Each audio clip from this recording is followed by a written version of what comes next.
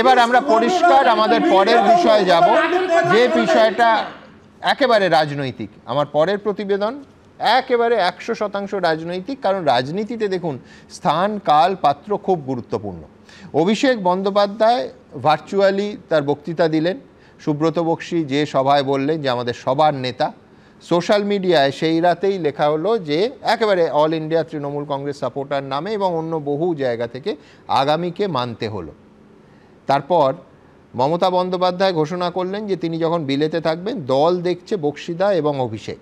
দক্ষিণ কলকাতা আজকে উজ্জ্বল পীতবর্ণের পোস্টার এবং ওই একই রঙের পতাকায় ছেয়ে গেছে অধিনায়ক অভিষেক। সোশ্যাল মিডিয়ায় ওই একই রঙের বিভিন্ন পোস্ট শুরু হয়ে গেছে।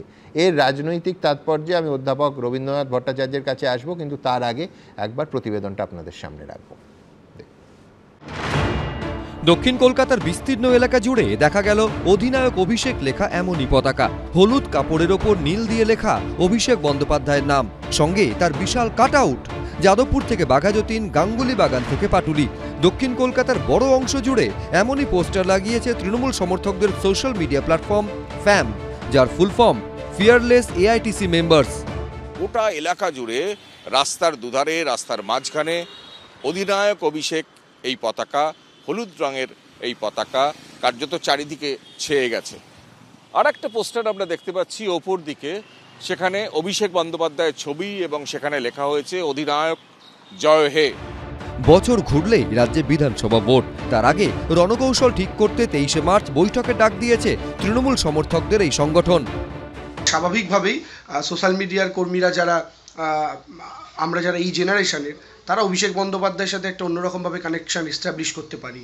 তো সেই জায়গা থেকে দাঁড়িয়ে অধিনায়ক অভিষেক, ফ্যামের গ্রুপের সদস্যরা হয়তো এই স্লোগানটাকে, এই ট্যাগলাইনটাকে ব্যবহার করেছেন। তৃণমূলে বিভাজনের জল্পনা উস্কে দিয়ে কটাক্ষ ছুড়ে দিচ্ছে বিরোধীরা। ওরা আগে ঠিক করেনি কার নেতৃত্বে কে লড়বে। আমার তো মনে হচ্ছে তৃণমূল কংগ্রেসের এবার 26-এ হয়তো দুটো করে ক্যান্ডিডেট থাকতে পারে বিভিন্ন জায়গায়। একটা তৃণমূল কংগ্রেস ভি ভাইপো আর তৃণমূল কংগ্রেস পিসি। 22শে মার্চ লন্ডন যাচ্ছেন মুখ্যমন্ত্রী, ফিরবেন 29শে মার্চ। তার অনুপস্থিতিতে দল সামলানোর দায়িত্ব সুব্রত বক্সী ও অভিষেক বন্দ্যোপাধ্যায়কে দিয়েছেন মমতা বন্দ্যোপাধ্যায়। দলের ব্যাপারটা আপনারা জানেন, সুব্রত বক্সী আছে এবং অভিষেক ব্যানার্জি আছে, তাদের সাথে আরো অন্যান্যরা আছে, তারা দেখে রাখবে। তৃণমূল সূত্রে খবর, শনিবারের মেগা ভার্চুয়াল বৈঠকের শুরুতে ও শেষে অত্যন্ত ইঙ্গিতপূর্ণভাবে অভিষেক বন্দ্যোপাধ্যায়কে আমাদের সবার নেতা বলে সম্বোধন করেন তৃণমূলের রাজ্য সভাপতি সুব্রত বক্সী। এরপরই সোশ্যাল মিডিয়া জুড়ে অভিষেক বন্দ্যোপাধ্যায়কে নিয়ে একের পর এক পোস্ট সামনে আসে। কোনো পোস্টে লেখা, আজকে যা বুঝলাম আগামীকে মানতেই হবে, আগামী তৈরি। এন্ট্রিটা কেমন হলো, নামটা মনে রাখবেন অভিষেক বন্দ্যোপাধ্যায়। কেউ লিখেছেন, ওদের বলে দিও ফ্যাম আগেই বলেছিল আগামীকে মানতে হবে, জয়তু অধিনায়ক। কোনোটাই আবার লেখা ছিল আগামীকে মানতে হলো। আর এবার মমতা বন্দ্যোপাধ্যায় লন্ডনে যাওয়ার ঠিক আগেই দক্ষিণ কলকাতা জুড়ে এই অভিষেক অধিনায়ক পতাকা, মিটিংয়ের ডাক, এসব কিসের ইঙ্গিত? কৃষ্ণেন্দু অধিকারী, বিজেন্দ্র সিংহ, রাজীব চৌধুরী, এবিপি আনন্দ।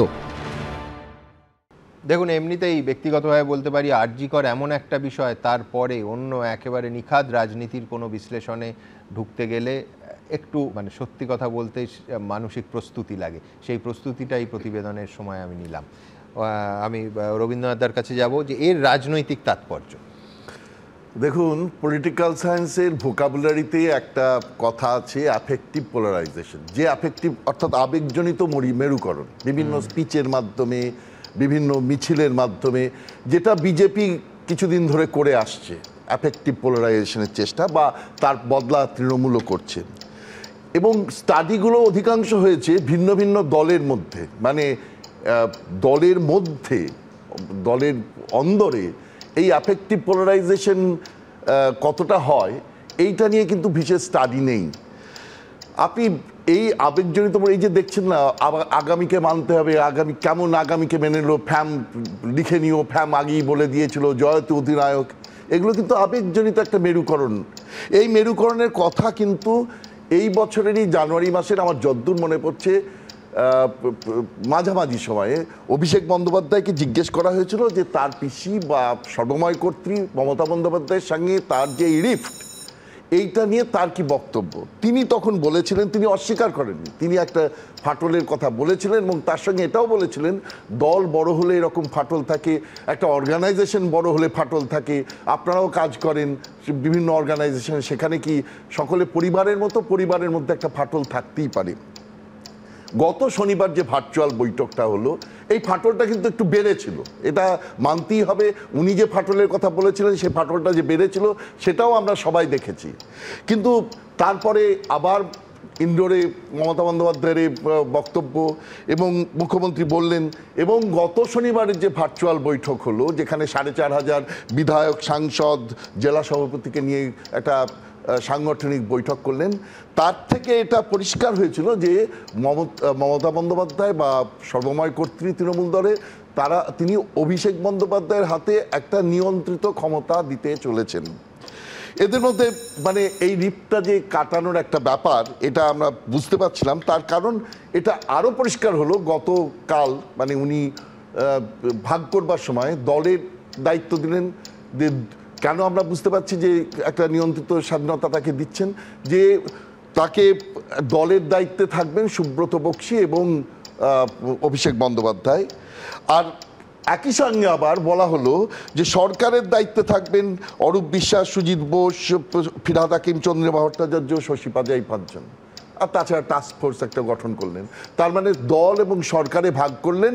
এবং এই কারণে আমি বলছি নিয়ন্ত্রিত স্বাধীনতা, যে তার স্বাধীনতা একটু দেওয়া হলো, কারণ এটা বুঝতেই পেরেছেন সর্বময় কর্তৃ যে শুধু যদি তাকে এমপি হিসেবে কাউন্ট করা হয়, যেমন অন্য কল্যাণ বন্দ্যোপাধ্যায় একজন এমপি, সেই রকমই এমপি হিসেবে যদি তাকে নিয়ে আসা হয়, তাহলে এই যে আবেগমথিত বা আবেগজনিত মেরুকরণ, এটা কিন্তু বাড়বে। এবং সেই বাড়াটা এমন একটা জায়গায় যাবে যেটাতে অভিষেক বন্দ্যোপাধ্যায় নানাভাবে নানা কর্মকুশল দেখাবেন, এবং তাতে হয়তো দলের ক্ষতি না হোক, দলের ভালো তো হবেই না, এবং হতে পারে কিছু নিজের পক্ষে সমস্যা তো তৈরি হবে। কিন্তু এই যে আন্ডার দ্য কার্পেট পাঠিয়ে দেওয়া হলো, এটা কিন্তু কতদিন স্থায়ী হবে, এটা একটা মানে প্রশ্নের মুখে আছে।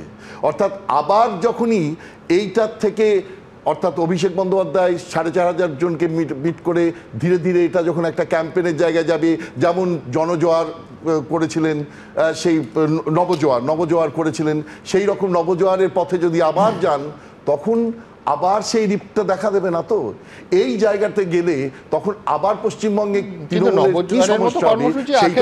তৃণমূলেরই লাভ হবে। আমি অর্ণবের কাছে যাব, ভাষা নিয়ে, অর্ণবের উৎপত্তি নিয়ে আমার কোনো সন্দেহ নেই। আমি বলছি আমরা তখনই মানতে হবে বলি যখন দেখা যায় যে কেউ মানছে না। না না, একেবারেই ব্যাপারটা হচ্ছে যে একেবারেই তাই, বাংলা ভাষা তাই বলে, মানতে হবে কেন? দুজন নেতা, তো একজন হচ্ছে মমতা বন্দ্যোপাধ্যায় উঠে আসা, তার সঙ্গে যারা উঠে এসেছিলেন তারা যেভাবে দলটাকে সাজিয়েছেন বা তারা যেভাবে রাজনীতিটা করেছেন, সময়টা চেঞ্জ হয়ে গিয়েছে। এবং তার পরবর্তী সময় যিনি উঠে এসেছেন এবং যাকে দলের একটা বিরাট অংশ আমি বলছি মানতে হবে এবং মানতেই হবে, মানতেই হলো অত্যুৎসাহ। আচ্ছা, অত্যুৎসাহ থেকে হয়েছে এই কারণে যে দলটা যেহেতু রেজিমেন্টিক স্ট্রাকচার একটা দল নয়, তার মধ্যে যারা ইয়ং জেনারেশন, নতুন প্রজন্ম, সেই নতুন প্রজন্মের যে আবেগ, নতুন যেটা আবেগের কথা আপনি বললেন, আপনি মেরুকরণ বলছেন, আমি মেরুকরণের সংখ্যায় যাচ্ছি না, আমি আবেগটাকে বলছি, কারণ আবেগটাকে গুরুত্ব দিতে হবে। তৃণমূল দলটার মধ্যে একটা খুব গুরুত্বপূর্ণ ফ্যাক্টর হচ্ছে আবেগটাই হচ্ছে এই মানে রবীন্দ্রনাথ যা বলতে চাইছেন সেটা হচ্ছে এটা যেন বর্তমান এবং আগামীর মধ্যে সংঘাত। আমি বলছি যে ইলেকশন আসবে সামনের বছর, এবং ঠিক তার 2-3 মাস আগে থেকে যখন মমতা বন্দ্যোপাধ্যায় রাস্তায় নামবেন, অভিষেক বন্দ্যোপাধ্যায় রাস্তায় নামবেন এবং হাজার হাজার মানুষ রাস্তায় নামবেন,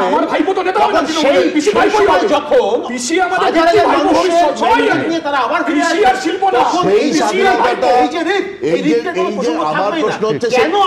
আমি এখানে তোমার সঙ্গে একমত, সেটা নিয়েই রাজস্বীর কাছে যাব।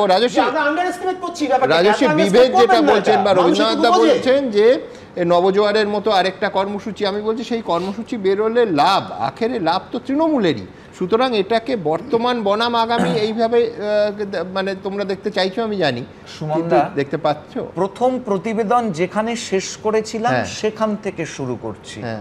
2024 সালের তফাৎ 42 লক্ষ ভারতীয় জনতা পার্টি এবং তৃণমূলের, 16 লাখ আইডেন্টিফাইড ফেক ভোটার্স, থাকছে 26 লাখ ভোটার, আনুমানিক এখানে 6.5 কোটি। পার্সেন্টেজ ওয়াইজ হচ্ছে 4%। সুইং ভোটার্স পশ্চিমবঙ্গে 2011 সালের অঙ্কটা দেখে নিও 4%, এখন আরেকটু বেড়েছে। যারা যে কোনো দিককার দিকেই থাকেন না, তাহলে এই সুইংটা যদি পাল্টে যায় তাহলে পপাত ধরণীতলে তৃণমূল কংগ্রেস, এ নিয়ে কোনো সন্দেহ নেই। এবার এই অঙ্কটা কেন বললাম, কারণ মুখ্যমন্ত্রী মমতা বন্দ্যোপাধ্যায় মুখ্যমন্ত্রী হিসেবে, স্বাস্থ্যমন্ত্রী হিসেবে এবং স্বরাষ্ট্রমন্ত্রী হিসেবে, পুলিশ মন্ত্রী হিসেবে কমপ্লিট ফেলিওর। তাহলে নতুন মুখ দাঁড় করিয়ে যদি এই আবেগের নির্বাচনে সবথেকে বড় ফ্যাক্টর হচ্ছে রসায়ন, কেমিস্ট্রি, ম্যাথামেটিক্সের পাশাপাশি কেমিস্ট্রির হিসেবটাও নিঃসন্দেহে আমি যাব। দেবনারায়ণদা প্রচণ্ড উদ্গ্রীব হয়ে পড়েছেন, কিন্তু তার আগে দ্রুত একবার এই যেটাকে অর্ণব ব্যাখ্যা করছিল, যে আবেগের বা উৎসাহের মানে অতিরিক্ত উৎসাহ বা আবেগের যে বিস্ফোরণ, এবং স্ট্রাকচার্ড পার্টি নয় বলে এই অতিরিক্ত আবেগ বা অত্যুৎসাহ কোথাও কোথাও এই বিষয়টাকে নিয়ে আসে সামনে, যে মানতে হবে, মানতেই হলো। অর্থাৎ কেউ কি মানছিল না, এই প্রশ্ন তো উঠবেই। আমার পরের প্রতিবেদন সেই ওঠা পড়াটাই দেখাবে। দেখো, গত সপ্তাহ পর্যন্ত বার্তাটা সীমাবদ্ধ ছিল সোশ্যাল মিডিয়া অবধি। এবার সেই গণ্ডি ছাড়িয়ে বার্তা ছড়িয়ে পড়ল কলকাতার রাস্তায়। মমতা বন্দ্যোপাধ্যায় বিদেশ যাচ্ছেন। তার আগে দক্ষিণ কলকাতার বিস্তীর্ণ এলাকা ঢেকেছে অধিনায়ক অভিষেক লেখা পতাকায়। দক্ষিণ কলকাতার বড় অংশ জুড়ে এমনই পোস্টার লাগিয়েছে তৃণমূল সমর্থকদের সোশ্যাল মিডিয়া প্ল্যাটফর্ম ফ্যাম, যার full form fearless AITC members. আর মুখ্যমন্ত্রীর বিদেশ সফরের ঠিক মুখে এই ছবি রাজনৈতিক মহলে জল্পনা তৈরি করেছে। এটা কিসের ইঙ্গিত?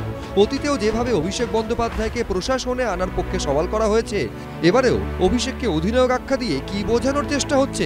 এটা কি ঘুরপথে বিশেষ কৌশল? অভিষেক ব্যানার্জি দীর্ঘদিন বনবাসে ছিলেন, হঠাৎ করে আবার তার আবির্ভাব যারা অভিষেক বিরোধী তারা ভালো চোখে নেয়নি। আজকে অভিষেকের নামে পোস্টার ফেলছে অভিষেক বিরোধীরা, কালকে মমতা বিরোধীরা মমতা ব্যানার্জির নামে পোস্টার ফেলবে। আরজিকর কাণ্ডের সময় থেকেই অভিষেক বন্দ্যোপাধ্যায়ের অবস্থান এবং তার প্রেক্ষিতে তৃণমূল নেতৃত্বের একাংশের মন্তব্য নিয়ে নানা মহলে জল্পনা তৈরি হয়। 2024 সালের 14ই আগস্ট রাত দখল কর্মসূচি চলাকালীন আরজিকর মেডিকেলে ভাঙচুরের ঘটনায় স্বয়ং মমতা বন্দ্যোপাধ্যায় যখন বিরোধীদের দিকে আঙুল তুলেছিলেন, তখন অভিষেক বন্দ্যোপাধ্যায় সোশ্যাল মিডিয়ায় লেখেন, আরজিকর মেডিকেলে গুন্ডামি এবং ভাঙচুর যাবতীয় সীমা অতিক্রম করেছে। জনপ্রতিনিধি হিসেবে কলকাতার পুলিশ কমিশনারের কাছে আমার অনুরোধ, আজকের হিংসার জন্য দায়ী প্রত্যেক ব্যক্তিকে চিহ্নিত করা হোক এবং তারা যে রাজনৈতিক দলের সঙ্গে যুক্ত হোক না কেন, 24 ঘন্টার মধ্যে তাদের বিরুদ্ধে আইনি ব্যবস্থা নেওয়া হোক। আন্দোলনরত চিকিৎসকদের দাবি সত্যি ও ন্যায্য। সরকারের কাছ থেকে এটাই তাদের ন্যূনতম আশা করা উচিত। এরপর সেই আরজিকর কাণ্ডের যে শিল্পীরা প্রতিবাদে সরব হয়েছিলেন, তাদের বয়কটের ডাক ঘিরেও তৃণমূলের মুখপাত্র কুণাল ঘোষের উল্টো সুরে মুখ খোলেন সর্বভারতীয় সাধারণ সম্পাদক অভিষেক বন্দ্যোপাধ্যায়। এই আরজিকর কাণ্ডে যে শিল্পী, যে তারকা কুৎসিতভাবে মুখ্যমন্ত্রীকে আক্রমণ করেছে, সরকারকে আক্রমণ করেছে, তাদেরকে বয়কট করুন। আমি তো বলেছিলাম যে 14ই আগস্ট যারা রাত্রিবেলায় ঐক্যবদ্ধ হয়েছিলেন, রাত দখলের ডাক দিয়েছিলেন, কেউ সমর্থন করুক আর না করুক, আমি তাদের সাধুবাদ জানিয়েছিলাম। আর আমি আজও একই কথা বলছি, কারোর ভালো লাগতে পারে, কারোর খারাপ লাগতে পারে। আরজিকর কাণ্ডের সময় তৃণমূল যখন চরম অস্বস্তিতে প্রশাসনের ভূমিকা নিয়ে যখন প্রশ্ন উঠছে, তখনই অভিষেক বন্দ্যোপাধ্যায়কে প্রশাসনে চেয়ে সোশ্যাল মিডিয়ায় একাধিক পোস্ট দেখা যায়। আবার অভিষেক বন্দ্যোপাধ্যায়ের অনুগামী বলে পরিচিত কয়েকজনকে তৃণমূলের শিক্ষা সেলের পদ থেকে সরিয়ে দেওয়ার সিদ্ধান্ত ঘিরেও জল্পনা তৈরি হয়। সম্প্রতি নেতাজি ইন্ডোরের সভা থেকে মমতা বন্দ্যোপাধ্যায়ের একটি মন্তব্য ঘিরেও নানা প্রশ্ন ওঠে। আমি দেখছি ইদানিং দু একটা নেতা হয়েছেন, নেতা কিনা আমি জানি না, হঠাৎ গজিয়ে তোলা। কেউ বলছেন আমি সিম্বল চিনি না বলে তার নেতার নাম বলছে। আবার কেউ বলছেন আমি তৃণমূল বুঝি না, আমি ওই দাদার রাজনীতি করি। মনে রাখবেন, আমি কিন্তু রোজ খুঁটিয়ে ফেসবুক দেখি, টুইটার দেখি, আর কে কি বলছেন, কে কি করছেন, সবটাই কিন্তু নজরে আমার থাকে। এদের জন্য নজর আমার থাকবে। আর এবার অভিষেক বন্দ্যোপাধ্যায়কে অধিনায়ক আখ্যা দিয়ে শহর জোড়া পতাকা। তৃণমূল তুমি কার? তুমি মমতা ব্যানার্জির না তুমি খোকা বাবুর? এ প্রশ্ন বাংলার মানুষের কাছে, বাংলার মানুষের দরজায় পৌঁছে গেছে। গোটা তৃণমূল দলের অন্তর্দ্বন্দ্বের প্রকটতা আরো স্পষ্ট হচ্ছে। তিনি তো আমাদের পার্টির একজন গুরুত্বপূর্ণ নেতা। পার্টির জন্মলগ্ন থেকে রাজ্য সভাপতি সুব্রত বক্সী মহাশয় তিনি অবিলাক্রমে তার হাঁটুর বয়সী অভিষেককে বলতে পারেন সকলের সামনে তিনি আমাদের নেতা। আমাদের পার্টি এমনই একটা পার্টি যেখানে অন্য লোককে, অন্য নেতাকে সাদরে বরণ করে তাকে ওপরে তুলে দেওয়া, তার মধ্যে কোনো রকম কারুর মনে দ্বিধা হয় না। ওঠা পড়া এই নিয়েই রাজনীতি, সম্পর্কের টানাপোড়েন, কাছে আসা দূরে যাওয়া, ক্ষমতার হ্রাস নিয়ে জল্পনা, তা ঘিরেই বিভিন্ন সময়ে জল্পনা গুঞ্জন। সন্দীপ সরকার, রুমা পালের রিপোর্ট, এবিপি আনন্দ। আচ্ছা, একটা কথা আছে, ইংরেজিতে কথা বলে, ফ্র্যাঙ্কলিন রুজভেল্ট বলেছিল, nothing happens by accident, if it happens you can bet it was plan that way. আজকে যে অভিষেক বন্দ্যোপাধ্যায় এবং সুব্রত বক্সীকে নিঃসন্দেহে এখন প্রয়োজন, নিঃসন্দেহে এটা করেছে, প্ল্যান হয়েছে, অ্যাক্সিডেন্ট কিছু হয়নি। এখন অভিষেক বন্দ্যোপাধ্যায় কেন পুরোবে? আপনি চিন্তা করে কোনো লাভ নেই, যা চিন্তা তারা থিঙ্ক ট্যাঙ্ক করছে। আমরা শুধু এখানে চেঁচাচ্ছি। দেখুন, আগে পঞ্চায়েত নির্বাচনে সারা বাংলা পেয়েছিলেন। আমি একটা জায়গায় আপনার সঙ্গে একমত, সেটা হচ্ছে দেখুন অভিজ্ঞ এবং সিনিয়র এবং নবীনদের মিশ্রণেই একটা পার্টি এগোতে পারে। কিন্তু আমি বলছি আবার সেই একই কথা যে মানতে হলো, তার মানে না মানার চেষ্টা করছিল। কখন কি করবে না না একেবারে আসল আমি জানি আমরা মানে হবে না, শেক্সপিয়ার বা রবীন্দ্রনাথ ছাড়া আপনি কারোর কথা শুনছেন না। উনি নিজেই বলেছেন উনি কেন আসছে, আমি আলাদা পার্টি তো করছি, সেটা তো 15ই জানুয়ারি উনি বলেছিলেন, control guided and regulated by Mamata Banerjee. তুমি ওনাকে পাঠাচ্ছেন, আপনাদের চিন্তার কোনো কারণ নেই। কখন মমতা নাম, ওই তো বলো in politics nothing happens by accident, if it happens দাদা নতুন পতাকা কাটা কিন্তু সিমেন্ট কোম্পানি সেই চুনবালি সাপ্লাই।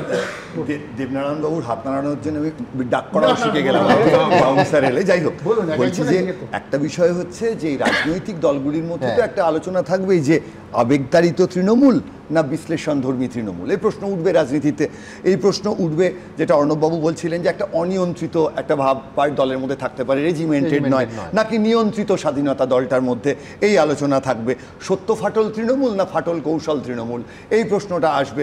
সেটা মোটামুটি সিমেন্ট রঙা হলুদ রঙের পতাকা দিয়ে সেই ফাটল ঠিক করা হচ্ছে কিনা এই নিয়ে আলোচনা থাকবে। রাজনৈতিক দলে এগুলো থাকবে।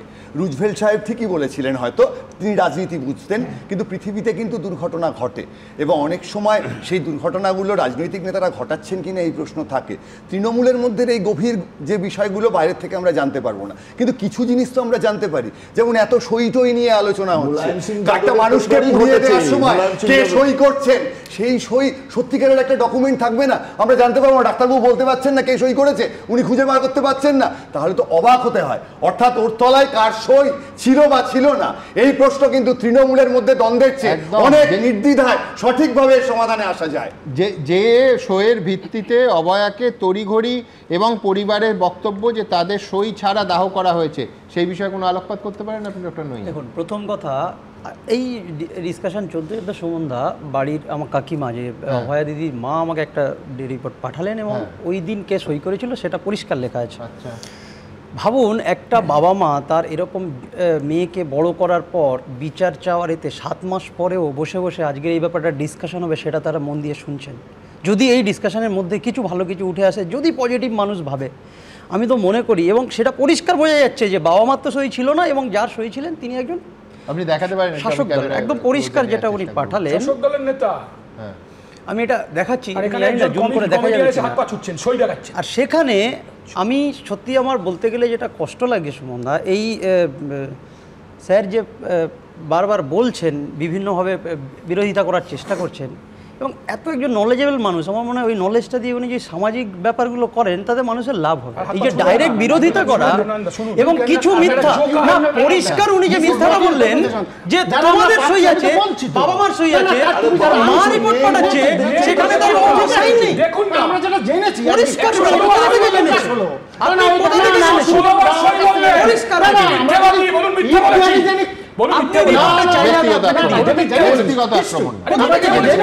নিশ্চয়ই এখন আমরা বলছি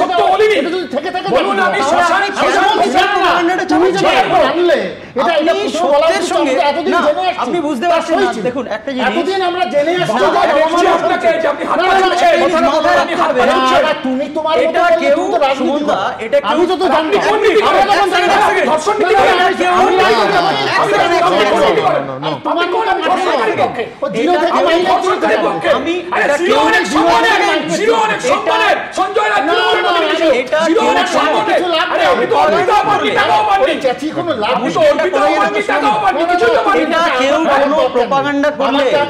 সাধারণ মানুষ বিভিন্ন প্রপাগান্ডা না বুঝে বিভিন্ন মিস ইনফরমেশন গিয়ে বলতে পারেন, কিন্তু স্যারের মতো একজন রেসপেক্টেবল মানুষ যার কথা সেই রুজভেল্ট থেকে শুরু করে বিভিন্ন রবীন্দ্রনাথের কথা মানুষের মনে গেঁথে যাচ্ছে, সেখানে একটা সত্যের সঙ্গে মিশিয়ে দেওয়াটা এটা সঠিক। লিক আউট করলেও সইলে এবং এটা সমাজের মধ্যে ক্ষতিকারক, যেটার বিরুদ্ধে এতদিন জানোনি। আমি বলছি যে সমস্ত তথ্য প্রমাণ সব জায়গায় আছে, তদন্তকারী এজেন্সি কি করবে এবং কি করছে সেদিকে নজর রাখতে হবে। একদম একদম আমি এখান থেকে এই বিষয় আমি তর্কটা এখানেই আমি এখান থেকে এই তর্কটা থামালাম এবং এখান থেকে আমার পরের প্রতিবেদন, আমরা এইসব সংবেদনশীলতার কথা বলছি না, আমি পরিষ্কার রাজস্বীর কাছে যাব। তার কারণ হচ্ছে যে এই সংবেদনশীলতার অভাব রাজনীতিবিদদের মধ্যেও দেখা যাচ্ছে এবং আবার আমি বলছি আমার আশঙ্কাটা এই জায়গায় যে ভোটের থেকে 1 বছর আগে থেকে আমরা এটা দেখতে পাচ্ছি। জনপ্রতিনিধির মুখে কি ভাষা!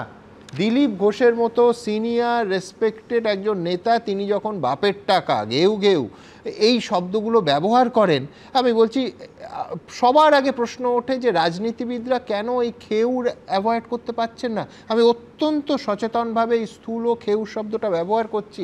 এটা কি বিরোধীদের হাতে, শাসকের হাতে, অন্য দলের হাতে অস্ত্র তুলে দেওয়া নয়? আমি প্রথমে এই বিষয়ে আমার প্রতিবেদনটা রাখবো, তারপর অবশ্যই এই নিয়ে আলোচনায় আসবো। দেখুন, এই 500 টাকার চাকররা এরা কিছু করতে দেয় না, ঘেউ ঘেউ করে কাজ করে, অপমান করছে, আবার ঘেউ ঘেউ করছে। 14 পুরুষ তুলবো, এবার বড় মধ্যে এই যে বেশি নাকামি করবে না। প্রদীপকে বলো। প্রাক্তন নির্বাচনী কেন্দ্রে গিয়ে স্থানীয় বাসিন্দাদের একাংশের সঙ্গে চরম বচসায় জড়ালেন দিলীপ ঘোষ। আর এই ঝগড়াঝাটির মাঝেই বিজেপির প্রাক্তন রাজ্য সভাপতির গলায় উঠে এলো বিতর্কিত নানা শব্দ। ঘেউ ঘেউ থেকে কুত্তা, আরে 14 পুরুষ তুলবো রে, সব তৃণমূল কুত্তা সব জায়গায়।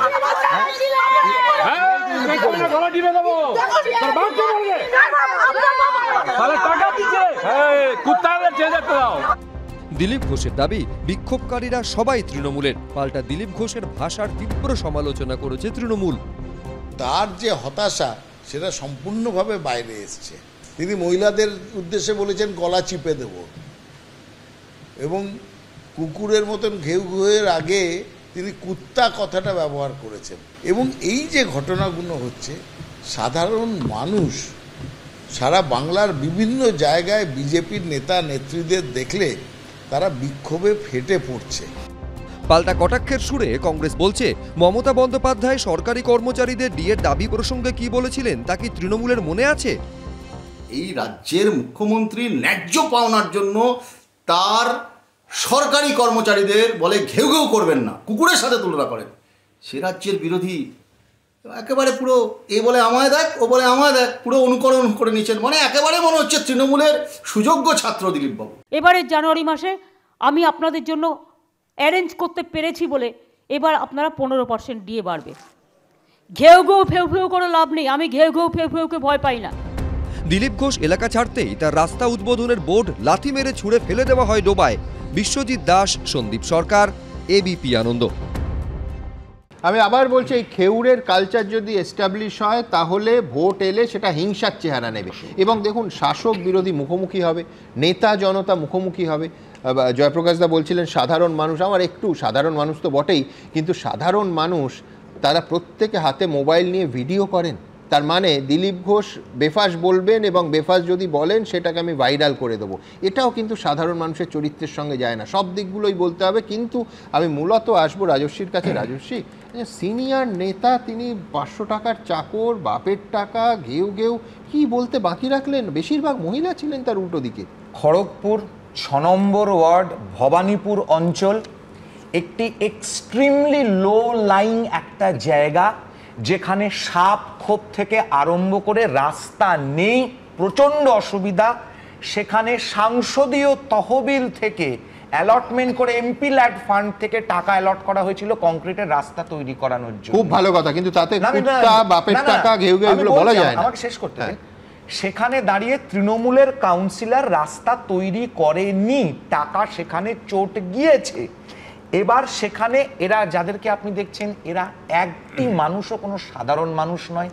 তৃণমূল কাউন্সিলর এই মহিলা বাহিনী, আপনারা এর আগেও দেখেছেন সিবিআইকে শাহজাহান মহিলা বাহিনী পাঠিয়ে দিয়েছিল, এরকম তৃণমূলের যে কাউন্সিলর 6 নম্বর ওয়ার্ডে সে মহিলা বাহিনী পাঠিয়ে দিয়েছে।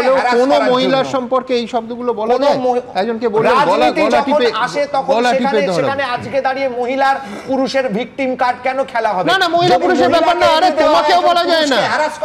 এই স্টুডিওতে যদি কেউ এই ভাষা ব্যবহার করে আমি তো তাকে বের করে দেব স্টুডিও থেকে। মহিলা বাহিনী পাঠিয়ে দেয় সিবিআই কে আটকানোর জন্য, এটা তো তৃণমূলের কালচার। এই কালচার তো আমি বলছি কুবাক্য, কুশব্দ, কুবাক্য এবং কুশব্দ তার লিঙ্গভেদ হয় না, তার জেন্ডার হয় না। অর্ণব, আমি বলছি যে দিলীপ বাবু এর আগে বারমুডা করার কথা বলেছিলেন মুখ্যমন্ত্রীকে। আমি বলছি এই যে নারী বিদ্বেষী যে মানসিকতা, আমি বলছি তোমাদেরও কয়েকটা বলো। এবং তার সঙ্গে সঙ্গে বলছেন যে কজনকে দলের তরফ থেকে নিন্দা করা হয় যখন তৃণমূলের কেউ বলে চাকর বাকর, মানে আমি বলছি কি দৃষ্টিভঙ্গি বেরিয়ে আসছে। প্রথমত হচ্ছে 500 টাকা পাওয়া চাকর বাকর যারা, তারা হচ্ছে ভিক্ষা পায়, তারা হচ্ছে ভিখারি, এটাই হচ্ছে দৃষ্টিকোণ। আবার এই দৃষ্টিকোণে থাকা সত্ত্বেও এই দলটা 500 টাকা তৃণমূলের রাজনীতি আছে, সাধারণ মানুষ আছে, সাধারণ মানুষ লক্ষ্মী ভান্ডার কত সাধারণ মানুষ অনেক বেশি। এই গালিগালাজ, এই খেউটটা আলটিমেটলি হিংসায় রূপান্তরিত হবে এবং সেটা ভোটের দিন অথবা তার আগে রক্ত ঝরাবে। এই তো বাংলার প্রত্যেক নির্বাচনে আমরা দেখি। দেখো সুমন, আমার যদি সেই ক্ষমতা থাকতো আমি কেন্দ্রীয় সরকারকে বলতাম কোনো ভোট করবেন না, একটি শাসক দলই থাক, তারা তাদের সাথে যদি আমাদের বাঁচিয়ে রাখে আমরা বাঁচবো, তা নাহলে আমাদের মরে যেতে হবে। কেন এখান থেকে একটা জিনিস পরিষ্কার হচ্ছে, এর পরবর্তীকালেও যারা আসতে পারেন বা আসার চেষ্টা করছেন একই হবে। আমরা যদি প্রত্যেকের মুখের ভাষাটা দেখি, আজকে এক পক্ষ বলছে দেখে যাও ওরা ঘেউ ঘেউ বলেছে, আরে তারাই তো কিছুদিন আগে বলেছে। তাদেরই তো একজন বিশেষ নেত্রী তিনি বলছেন প্রধানমন্ত্রীর কোমরে দড়ি দিয়ে নিয়ে আসবো। এটা আমরা শুনতে শুনতে অভ্যস্ত হয়েছি, মানে আমরা সত্যি সত্যি বলছি। বা খুব ভাগ্য ভালো যে প্রচুর মানে অন্য দেশগুলোতে প্রদেশগুলোতে সবাই বাংলা বোঝে না। যদি বাংলা বুঝতো না, আমি আমার কাজে বা শুভময়দার নিজের কাজে কোনো রাজ্যে যেতে পারতাম না। তার কারণ তারা বলতো বাঙালির যে শিল্প সংস্কৃতির যে ঐতিহ্য, সেই রাজ্যটা আজকে এইখানে নেমে গেছে। খালি ভোটে শব্দ অপোজিশন আমরা শুনবো না। এক সেকেন্ড আমি বলছি, দেখো এর পেছনে একদম পরিষ্কার কথা। এখানে এতগুলো সমস্যা রয়েছে, বারবার বলছি 1 বছর এখনো ভোট বাকি, সেখানে দুটো দলই তারা টার্গেট ঠিক করছে। একটাই কথা, মানে একেবারে উল্টো কথাটা বলছি। এমন কি হচ্ছে সত্যি আমরা ঠিক যা শুনতে চাইছি সেটাই নেতারা বলছেন? অর্থাৎ এটা কি সত্যি কথা যে ভিডিও যখন করা হচ্ছে তখন এই ধরনের কথা থাকলে আমরা সেটা দেখে অনেক বেশি আনন্দ পাচ্ছি, অনেক বেশি মজা পাচ্ছি, এবং রাজনৈতিক নেতারা বুঝতে পাচ্ছেন যে হ্যাঁ আচ্ছা এইটা যদি একটু ফিড করি তাহলে জনগণ ভাইরাল করতে চাইছি। তৃণমূল যে ভাষা বোঝে, তৃণমূলকে সে ভাষাতেই জবাব দিয়ে এই লজিকে চোখের বদলে চোখ, দাঁতের বদলে দাঁত, সবাই অন্ধ হয়ে বসে থাকুক এই রাজ্যে। আমি সরি, আমি সবারটা খারিজ করে দিলাম। তার কারণ কুবাক্যই, তার কোনো লিঙ্গভেদ হয় না, তার কোনো সময় ভেদ হয় না, তার কোনো ঝান্ডার রং হয় না। খারাপটা খারাপই। জামাই মহিম এলো, সাথে এলো কিনি, হায়রে কেবলই ভুলি ষষ্ঠীর দিনই, লিখেছিলেন রবীন্দ্রনাথ। শ্বশুরের বিরুদ্ধে রাজসাক্ষী হয়ে কেলেঙ্কারির অভিযোগ থেকে জামাইয়ের অব্যাহতি। প্রাথমিকের নিয়োগ দুর্নীতিকাণ্ডে ইডির করা মামলায় আর অভিযুক্তই নন পার্থ চট্টোপাধ্যায়ের জামাই কল্যাণময় ভট্টাচার্য। অন্যদিকে ফের জামিনের আবেদন করেছেন পার্থবাবু। তার আইনজীবীর দাবি, জেল হাসপাতালে আরও অসুস্থ হয়ে পড়েছেন প্রাক্তন শিক্ষামন্ত্রী। মামলার পরবর্তী শুনানি হবে 27 তারিখ। শ্বশুরের বিরুদ্ধে রাজসাক্ষী হয়েছেন, তাতেই কি কল্যাণ হলো জামাইয়ের? পার্থ চট্টোপাধ্যায়ের জামাই কল্যাণময় ভট্টাচার্যের নাম অভিযুক্তের তালিকা থেকে সরানোর জন্য ইডির আবেদনে মান্যতা দিয়েছে আদালত। ঘনিষ্ঠ অর্পিতা মুখোপাধ্যায়ের ফ্ল্যাট থেকে টাকার পাহাড় বাজেয়াপ্ত হওয়ার পর নিয়োগ দুর্নীতি মামলায় গ্রেফতার হন প্রাক্তন শিক্ষামন্ত্রী পার্থ চট্টোপাধ্যায়। তারপর তদন্তে উঠে আসে তার জামাই কল্যাণময় ভট্টাচার্যের নামও। তদন্তে ইডির রাডারে আসে পার্থর প্রয়াত স্ত্রীর নামে পিংলায় তৈরি হওয়া স্কুল, যার চেয়ারম্যান ছিলেন পার্থ চট্টোপাধ্যায়ের জামাই কল্যাণময় ভট্টাচার্য। ইডির চার্জশিটে অভিযুক্ত হিসেবে নাম ছিল প্রাক্তন শিক্ষামন্ত্রীর জামাইয়ের। সম্প্রতি দুর্নীতি মামলায় জেলবন্দি শ্বশুর পার্থ চট্টোপাধ্যায়ের বিরুদ্ধে রাজসাক্ষী হয়েছেন জামাই কল্যাণময় ভট্টাচার্য। গত শনিবার কলকাতা নগর দায়রা আদালতে ম্যাজিস্ট্রেটের সামনে তার গোপন জবানবন্দি নেওয়া হয়। তারপরই ইডির তরফে কলকাতা নগর দায়রা আদালতে তাদের বিশেষ কোর্টে আবেদন জানানো হয় চার্জশিট থেকে অভিযুক্ত হিসাবে পার্থ চট্টোপাধ্যায়ের জামাইয়ের নাম বাদ দেওয়া হোক। সূত্রের খবর, সেই আবেদনে অনুমতি দিয়েছে আদালত। আমি বলবো যে রাজসাক্ষী হন, তাহলে ছাড়া পেয়ে যাবেন, আর আসল চোরের নামটা বলে দেবেন, বড় চোরটা বেঁচে গেল। আমি তো বলবো পার্থবাবুকেও রাজসাক্ষী হয়ে যাওয়ার জন্য উনি যদি সেই মক্ষীরানীর নামটা বলে দেন তাহলে পরে এই কাজটা হয়ে যাবে। এই দুর্নীতির সঙ্গে আর কারা জড়িত সেসব বিষয়ে আমাদের কাছে সব কিছুই আছে, কিন্তু কোনো প্রামাণ্য দলিল আমরা তো দেখাতে পারি না, সেটা দেখাতে পারে তদন্তকারী সংস্থা, আর সেটা ব্যাপারে সিদ্ধান্ত নিতে পারে কোর্ট। তাই দুজনের মধ্যে একটা ফয়সলা হবে। ইডির বিশেষ আদালতের রায়ের কপিতে উল্লেখ করা হয়েছে কল্যাণময় ভট্টাচার্য স্বেচ্ছায় রাজসাক্ষী হতে চেয়েছেন এবং তার উপর কেউ প্রভাব খাটায়নি। তাকে এটাও জানিয়ে দেওয়া হয়েছে রাজসাক্ষী হিসাবে আদালত তাকে যদি ক্ষমাও করে তবু তিনি নির্দোষ প্রমাণিত হবেন না। প্রায় 1000-এর বেশি কেস ইডি করেছে গত 4-5-6 বছরে, তার মধ্যে নাকি 2টোতে মাত্র অভিযুক্তর বিরুদ্ধে ব্যবস্থা নিতে পেরেছে, আর বাদবাকি সবই নাকি হচ্ছে নাটক এবং শূন্য গর্ভা। অন্যদিকে সিবিআই এর মামলায় পার্থর জামিনের আবেদন করেন তার আইনজীবীর দাবি যেসব অভিযোগ তার মক্কেলের নামে উঠেছে তার সপক্ষে প্রামাণ্য নথি তেমন দেখা যাচ্ছে না। বৃহস্পতিবার রাত থেকে জেল হাসপাতালে অক্সিজেন সাপোর্টে রয়েছেন। এই মামলার পরবর্তী শুনানি হবে 27 তারিখ। প্রকাশ সিনহা, বিজেন্দ্র সিংহ, রাজীব চৌধুরী, এবিপি আনন্দ। পরশু রাতে স্পষ্ট চোখে দেখনু বিনা চশমাতে পান্তভূতের জ্যান্ত ছানা করছে খেলা জোছনাতে। তবে জোছনাতে নয়, পান্তভূতের জ্যান্ত ছানারা নাকি এ রাজ্যের ভোটার লিস্টে একেবারে কিলবিল করছে। তৃণমূল বলছে বিজেপি আর নির্বাচন কমিশনের মদতে নাকি এ রাজ্যের ভোটার লিস্টে ভিন রাজ্যের বাসিন্দাদের নাম ঢুকে পড়েছে। আর বিজেপি বলছে তৃণমূলের মদতে নাকি এ রাজ্যে রোহিঙ্গা আর বাংলাদেশি অনুপ্রবেশকারীরা ভোটার লিস্টে নাম তুলেছে। তবে নেপথ্যে যাই থাক, অভিযোগগুলো নিঃসন্দেহে মারাত্মক, মানতেই হবে। আর আমরা এসব নিয়ে রসিকতা করি বলে আবার ভুতুরে কেস দেবেন না প্লিজ। দেখুন, কেস দেবেন না প্লিজ।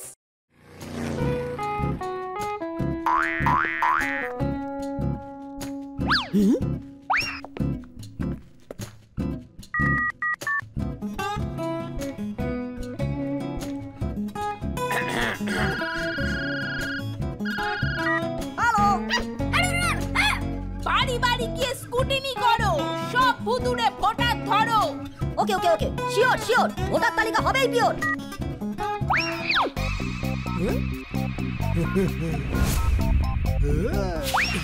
বাড়ি বাড়ি গিয়ে স্কুটিনি করব, ভুয়ো ভোটারের মুন্ডু ধরব। কোথায়?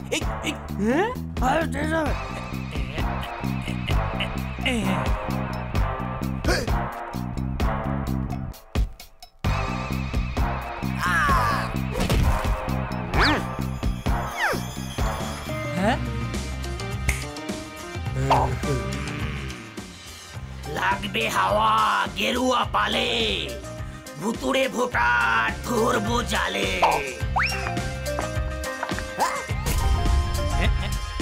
কোথায় কোথায় লুকিয়ে আছিস বেটা?